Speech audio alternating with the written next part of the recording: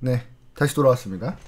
이제 이어서 지금 파트 3 중에서 첫 번째로는 저 현대 카페인 중독, 커뮤니케이션 중독에 대한 문제성을 제기했습니다. 그죠? 네. 네, 여기서 또 실수를 하시면 안 되는 게 강사분들이 대부분 문제를 제기하고 답을 안 내리고 가시는 경우가 있어요. 네.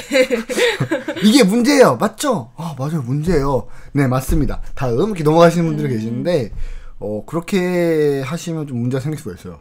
네. 많은 분들이 갑자기 그 문제에 대한 답을 안 내리고 가면은 강사가 능력이 없다 이걸 떠나서 그 다음 파트로 못 넘어가요. 많은 분들이 거기에 대한 답에 대해서 고민을 하기 시작합니다. 그러니까 저희가 맞든 안 맞든 토론할 수 있는 시간을 좀 갖는 게 중요합니다. 네. 질문을 던졌으면은 그래야지 이제 참여할 수 있는 수업이 될 수가 있겠죠. 강의가 될 수 있겠죠. 이제 해결 방법은 무엇인가요? 라고 얘기를 했습니다. 지금 저희가 커뮤니케이션에 대해서 굉장히 중독성이 있다라고 인정하셨어요. 맞죠? 네. 다들 인정하셨습니다. 그럼 저희가 여기 대해서 해결 방법을 한번 생각을 해봐야 되겠죠. 근데 해결 방법이 어렵냐? 저는 어렵지 않다고 생각을 해요. 그래서 제가 여러분들한테 일단 먼저 생각을 물어보려고 합니다. 어떻게 생각하시나요? 혹시 해결 방법이 있을까요?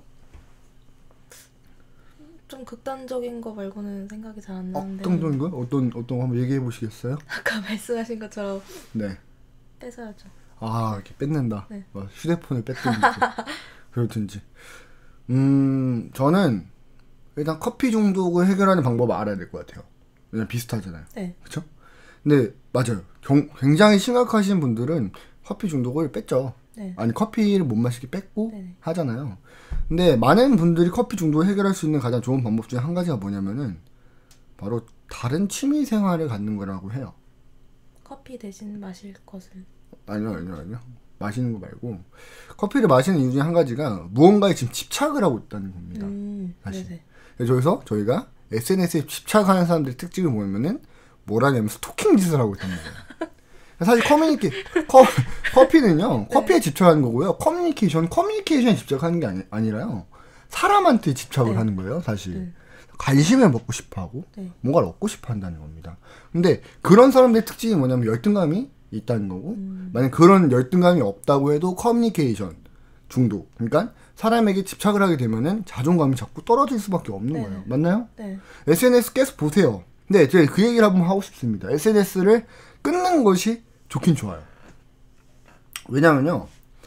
왜 SNS를 하면 사람들이 우울증에 많이 걸릴까요? 비교를 하게 되니까 그쵸. 남들과. 되게 재밌는 거죠. 사실 SNS에 나쁜 일을 올리는 사람은 거의 없죠. 네. 좋은 일만 올립니다. 나쁜 일은 올려도 비공개로 하거나 아니면 정말 친한 친구들한테만 공개를 하죠. 네. 그러니까 SNS는 행복과 사랑이 가득한 세상이에요. 하지만 그런 세상은 허구로서밖에 존재를 하지 않는다는 겁니다. 근데 저희는 그걸 모르고 계속 보고 있으니까 왜 저 사람들은 저렇게 행복한데 나는 이렇게 불행하지? 나만 불행한 것 같아 라는 무의식적인 생각이 머릿속에 파고들기 시작하고 그로 인해서 우울증을 얻게 된다는 거죠. 네. 근데 저희는 근본적인 문제를 살펴봐야 되는 거예요. 왜 커피에 중독하기 시작했느냐? 왜 커뮤니케이션, 왜 사람에 집착하기 시작했느냐? 그거는 일단은 저희가 여유가 없기 때문입니다. 그리고 어떠한 일에 매달리기 때문이에요. 그래서 저희가 좀 거시적인 시점을 갖게 해주는 것이 중요합니다. 제가 여기에 좀 자세하게 이야기를 좀 하고 싶지만 전문성 있는 이야기다 보니까 온라인상에서 이야기를 하다 보면 제가 엄청나게 까일 수가 있어요. 그래서 얘기 안 할 겁니다. 근데 저 같은 경우에는 심리학적인 이야기를 할 겁니다. 무의식적인 이야기나 심리학적인 이야기를 하시면서 여러분들의 이제 혼을 쏙 빼놓겠죠. 그 다음에 거기에 대해서 해결 방법에 대해서 제시를 할 건데 네. 어렵지 않습니다. 커피 중독이랑 커뮤니케이션 중독이랑 담배랑 다 그만두는 가장 좋은 방법은 쉬는 거예요. 그냥 쉬는 겁니다. 네네. 사실 저희가 그런 생각 많이 하세요. 어떻게 쉬어요 일을 어떻게 쉽니까? 그래요 커피 끊으라고 얘기 안 합니다. 저는 담배 끊으라고 얘기 안 합니다. 근데 커뮤니케이션은 인간관계는 실수가 있어요. 저희 그런 말 쓰죠. 인간관계 정리한다고 맞죠? 네. 제가 여러분들한테 구체적인 이야기 좀 해드릴게요. 이거는 심리적인 이야기 아니 그냥 할 수 있을 것 같은데 카톡 친구 있죠? 네. 가장 효과적인 방법이에요. 제가 썼던 방법입니다. 네. 카톡 친구 중에 몇 명 있습니까? 휴대폰 뺏으세요. 여기서 한번 내놓으세요. 그럼 어떤 분들은 휴대폰 딱 줄 겁니다. 휴대폰이 켜져 있네? 휴대폰 켜져 있죠. 당신 감점 이렇게 해주란 말이에요. 그래서 제가 죄송한데 휴대폰 몇 명인지 알 수 있습니까? 하면 대충 나이 20대 후반인 분들은 230명. 더 젊으면 400명. 이렇게 돼 있단 말이에요. 여기서 진짜 연락하는 사람들 빼세요. 그러니까 숨김으로 해놓으세요. 차단을 해놓으세요. 어차피 연락 안 와요. 네. 여기서 지금 전 남자친구랑 전 여자친구가 있다. 매시라는 거예요. 네. 이런 식으로 해서 일단은 눈에 보이지 않게 하는 것이 중요합니다. 저희가 커피를 끊는 가장 좋은 방법 그랬잖아요. 커피를 안 마시면 되잖아요. 뺏으면 되잖아요. 네. 그것보다는 더 좋은 게 뭐냐면은 커피를 안 보이게 하면 돼요. 이해하십니까? 네. 담배를 끊는데 가장 좋은 방법 중에 한 가지가 담배를 뺏는다고 생각하시는데 그게 아니라요. 담배를 뺏는다고 해서 해결되지 않아요. 예를 들어볼까요? 지금 여기 계신 청중분이 중독이 돼 있어요, 커피에. 네. 근데 제가 가가지고 커피를 뺏어요. 커피 못 마실 것 같잖아요. 제가 뺏은 다음에 그 보는 앞에서 커피를 마셔요. 그럼 커피 그 중독이 해소가 될 것 같아요? 그렇지 않을 것 같아요. 그렇지 않죠. 저희가 주변 상황을 정리해가는 것이 중요합니다. 근데 저는 커피 중독, 담배, 그러니까 니코틴 중독, 네. 그리고 뭐 다른 알코올 중독보다 가장 쉬운 게 인간관리 정리하는 거예요. 맞죠? 네. 저희 너무 불편하지 않나요? 저 그런 생각 안 해보세요?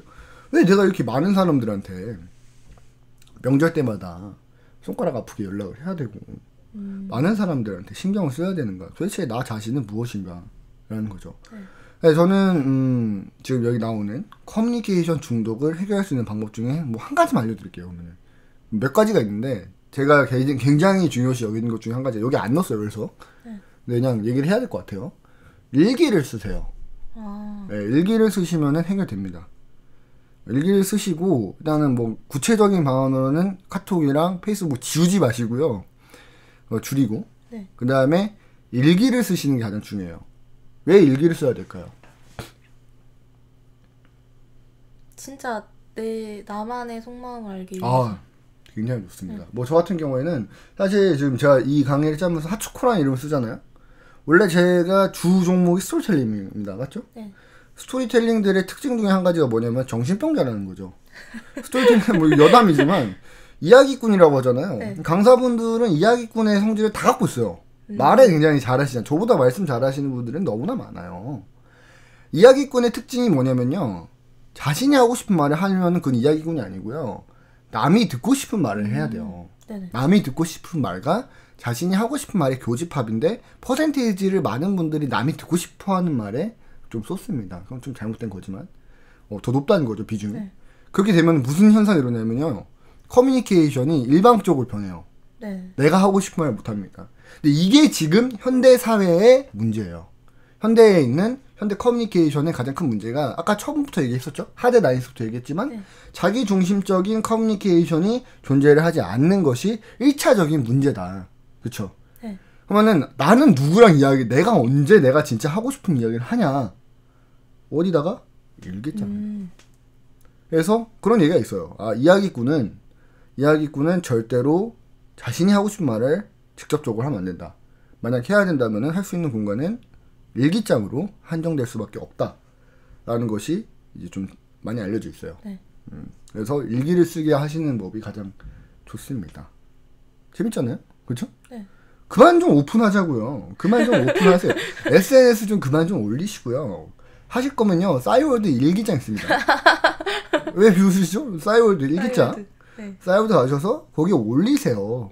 거기서 전 남자친구 한번 찾아보세요. 네? 차라리 더 나을 수가 있다는 겁니다. 그래서 커뮤니케이션 중독하는 방안들, 구체적인 방법과 심리적인 방법과 네.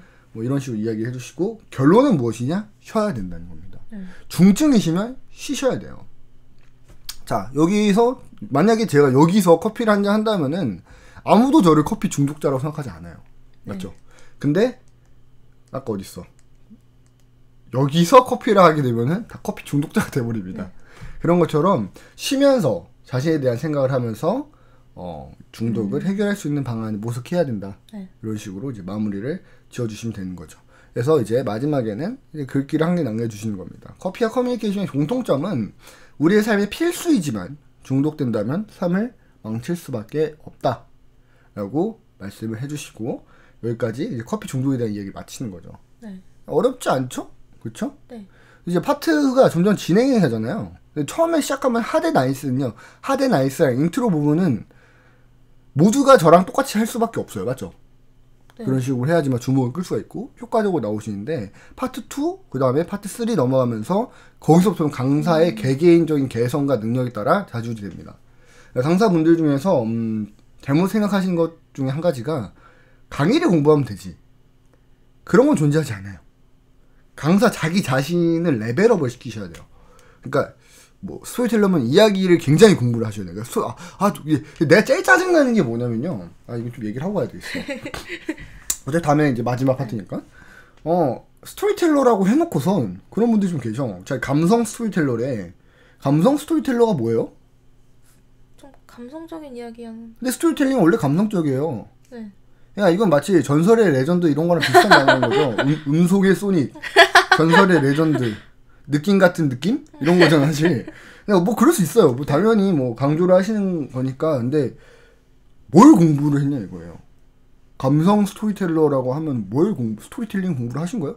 대한민국에 스토리텔링 공부할 수 있는 곳이 많지가 않을 텐데. 네.